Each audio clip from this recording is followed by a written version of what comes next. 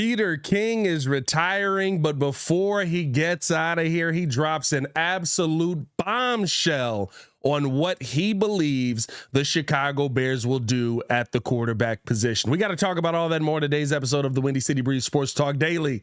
I'm back. Let's go.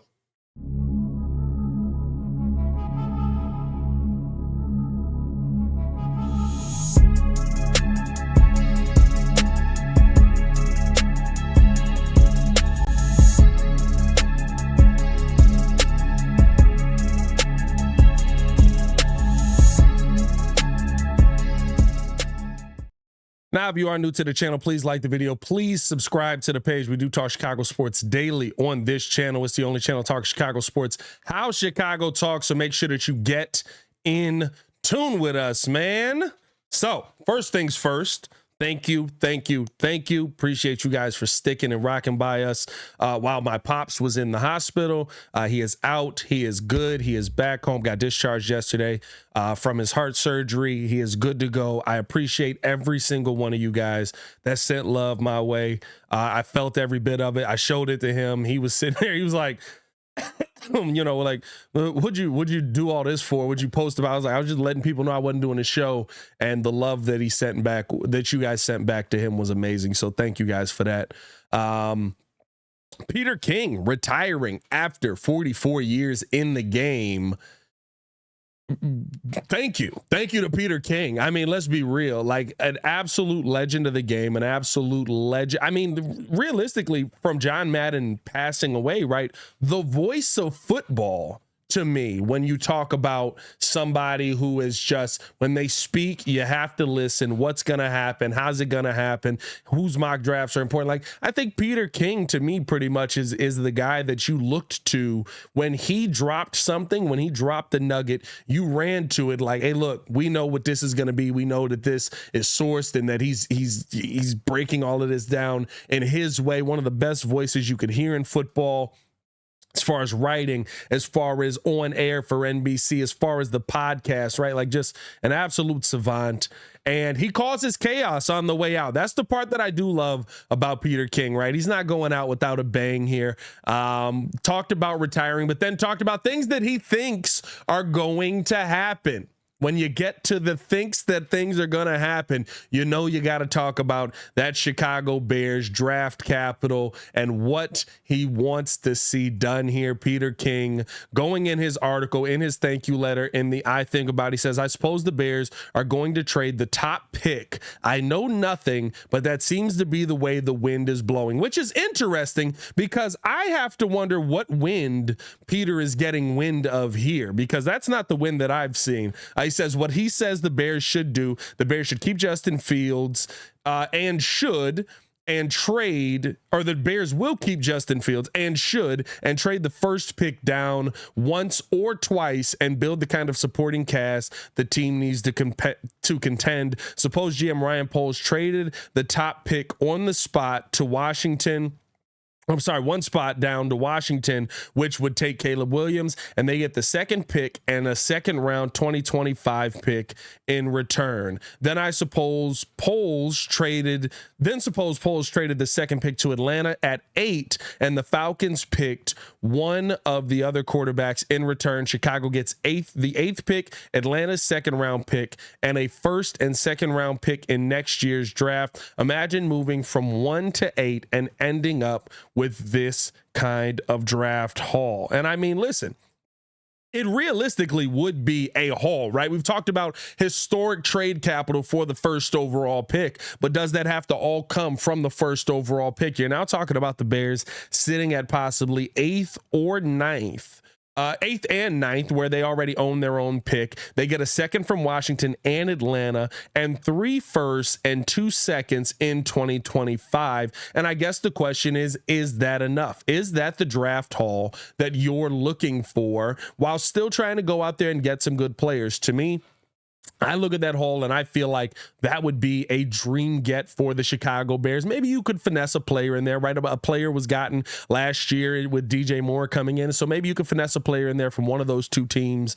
But is that the historic level draft compensation that we talk about, right? When we're talking about the Bears going out there and trading the first overall pick. And I think that you can look at that and say that it is. You're adding in the 8th pick. You're adding in 3 future firsts, 2 future seconds. You get 2 second-round picks this year in a draft where there's going to be multiple players in the second round that you feel you can add to this team, add depth, add as Peter King said, build the team that can be a long-term contending team. And this is a situation where it gets tough because there is the belief that there's a generational piece here. Andrew Luck, a better prospect than Andrew Luck is what Caleb Williams is being reported as. Is there a conversation on even moving this guy? I think what's interesting to me, though, most of all, is that in this, he says, the winds seem to be blowing in the direction that the Bears are trading the first overall pick. And again, I asked the question, what winds is he hearing? What winds are blowing his way, right? What breeze is he getting over there that he's getting first overall draft compensation trade? Is this another tactic by the Chicago Bears to go one way or the other, right? Playing the pit people against each other? Because as I said, to me, and I think to most people, Peter King is the voice of the NFL. All the reports that have been put out there come into question when Peter King speaks the other direction. So now you're back to square one. If you're one of these other teams, it's like they're taking Caleb. They're taking Caleb. They're taking Caleb. The winds are blowing that they're trading the first overall pick. Wait a minute. What's he hearing? Because, you know, Peter King's getting this information directly from the Chicago Bears, directly from Ryan Poles, right? Like, this is how, again, no matter what the Bears do, the job that Ryan Poles has done masterfully playing the game, you have to love everything he brings to the table as a GM, because I think that you are masterfully playing the game. And when it comes to the haul, I think that if they were to trade that first overall pick, and you look at that haul there, that's not a bad get. It is enough to me. Even just draft compensation, that is enough to me, because players that you could get with that 8th and 9th pick, and we'll take a look at that here in a second, those are the type of players that you want to know, okay, what do we have here? Are they going to be perennial starters around this league? I think that I feel good about all of the players that the Bears could get and who they're rumored to get coming into the NFL and being legitimate starters long-term here. Rome Odunze possibly at that spot, right? You look at that 9th overall pick, right? Maybe that's, and I think what's interesting, let's take a look at the options. First off, I want to hear from you guys. I'm excited because Peter King retiring, all the stuff going on, and I'm just excited to be back on the mic. 4 days, no show, guys. 4 days, really. I did the Bears pod and I did Locked On Bulls once. Like that. It felt wrong. It felt wrong. Hit that like button, subscribe to the page. Let me know how you guys feel about the haul in the comments below. Is that enough? Type Y for yes, type N for no. Taking that from Bears now. Shout out to them. Let me ask you this, though. When you look at some of the pieces that could be available to the Chicago Bears, when you look at that 8th overall pick, I mean, maybe you go high there with Olufashanu. He could be somebody who falls that far. Dallas Turner's a name that may be falling, not because of talent, but because we're seeing some of these quarterbacks moving up in some recent mock drafts. More people looking to take quarterbacks higher up. That's causing some of the defensive players to go down at the 8th overall pick. He might still be somebody who's available. Jared Verse also could be available. Rome Odunze has been rumored to the Bears at 9 as well for a while. Who's to say that if you feel that good about him at 9, you don't take him at 8? Because I think the options at 9 open up a little bit different for you right now. When you look at the options for the number 9 overall pick, right? I think number one option on the board to me is how invested are the Steelers in trying to get a quarterback? There's still possibly going to be quarterbacks available at that 9th overall pick. Could that be something where you either get a player and move back to 20 for the 9th, or you pair a couple of picks in there with the Steelers and you're able to move forward, or you're able to move back maybe to that 20 spot? That could be an option there. Here's one thing that I've been kicking around, right? When you talk about a player that the Bears could take at 9, Jackson Powers Johnson from Oregon. And the reason I've been kicking this around is because If you feel like he's a good enough option to take at 20, if you were to move back to that Steelers spot, or you feel like he's a good option to take wherever you move back, because I think center is going to be something that the Bears are going to want to invest in heavily. Yes, you don't want to take him too early, but if he's an answer at the center position for, you feel, 10 years, 12 years, 15 years, however long it is, why wouldn't you want to take that guy there? Why wouldn't you want that answer already on your team? Is it an overdraft? Maybe. Until a guy goes out there and starts to perform, nobody's going to sit there and question it if he is who many people believe that he is. I think he's a player that has immense talent. I understand at times you have to go best overall talent available. I think the best overall talent available that you could get there would be Dallas Turner and or Jared Verse. Rome Odunze, of course, could be. Like, you could get both of the guys right. You look at that top 8 list right there. Realistically, you could get one of these two guys with the next pick, right? So if you felt that they were good enough to go at 8, why not take them at 9 as well? Now you're getting great value. That would be going the best player available route. But I do think there's something to be said about fixing that offensive side of the ball, getting the center in place, finding the right guy that's going to be a long-term starter there. Is he something that you would look at? I think Johnny Newton's an interesting one as well from Illinois, right? Low 3 technique, actually a little undersized, but a name that has been attached to the Bears with Illinois, of course. Or who's to say the Bears don't go QB there? Maybe you take a flyer on a guy like Michael Penix out of Washington.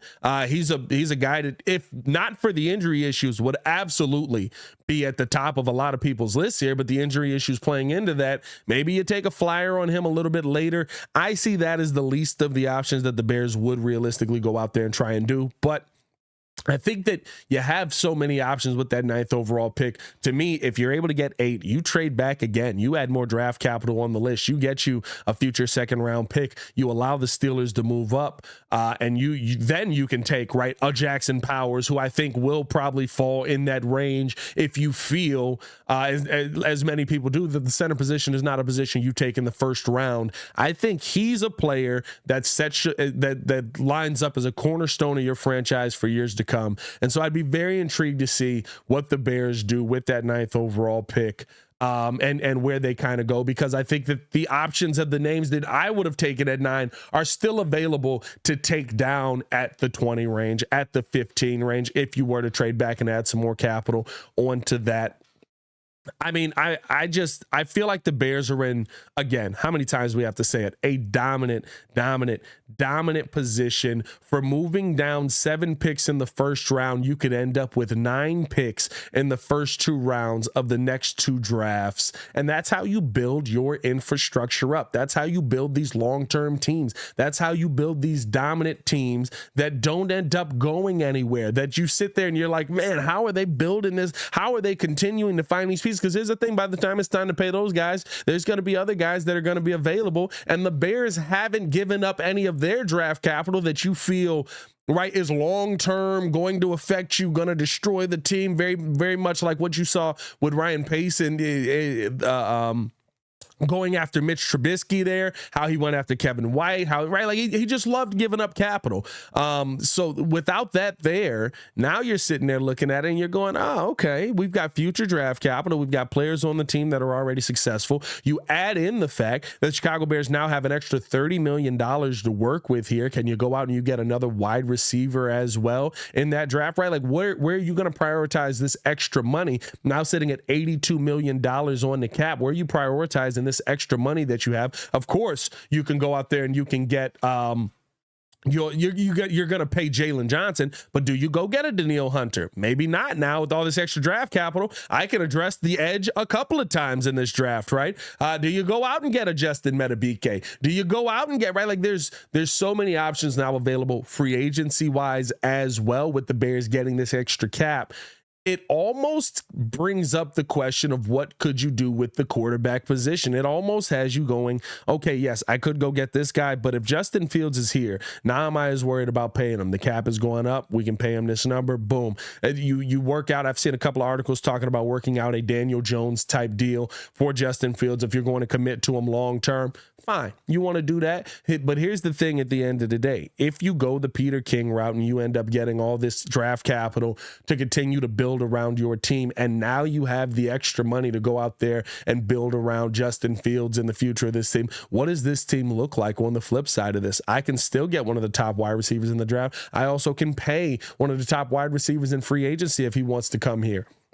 You've made your team, to me, look so much more appealing that it'll be easier for you to get free agents in the future here. It'll be easier for you to pay some of these free agents in the future here. I think the Bears are very smart with how they spend their money, and so they're not going to go out there and just blow all their money on one player. They're going to be able to build this thing out long term. Like, I think that this is an interesting concept as a whole, with the fact that you add the extra $30 million in free agency. And now where you were paying Jalen Johnson and you go, okay, we basically have about $30 million left to fill out the rest of this team. We got to pay some players that are here. We got to pay some players that we want to be here.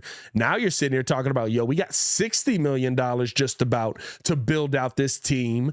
Ooh, I've got a lot of money to play with. I can get these pieces here in free agency, and then when the draft gets here, boom, we're able to lock down what we want to see in the draft the Bears come away with, and the options are endless here. I love how Peter King broke this down. I think it puts the Bears in a better position moving forward, and it's the scenario that I would like the Bears to take, because I am a Justin Fields guy. I would like to see Justin Fields continue to be with the Chicago Bears, but maybe they take Caleb Williams. Most of the winds that have blown near my Bears circles have said the Bears are probably taking Caleb Williams. So it's interesting to see Peter King go the opposite direction with this. But I do want to know how you guys feel, man. Let me know in the comments below. I'll be down there talking with you as well. As always, hit that like button, subscribe to the page, leave that 5-star review. Y'all know what to do. It's your boy Pat the Designer, back at it again. Y'all stay safe out there, Chicago. Bear down. Peace.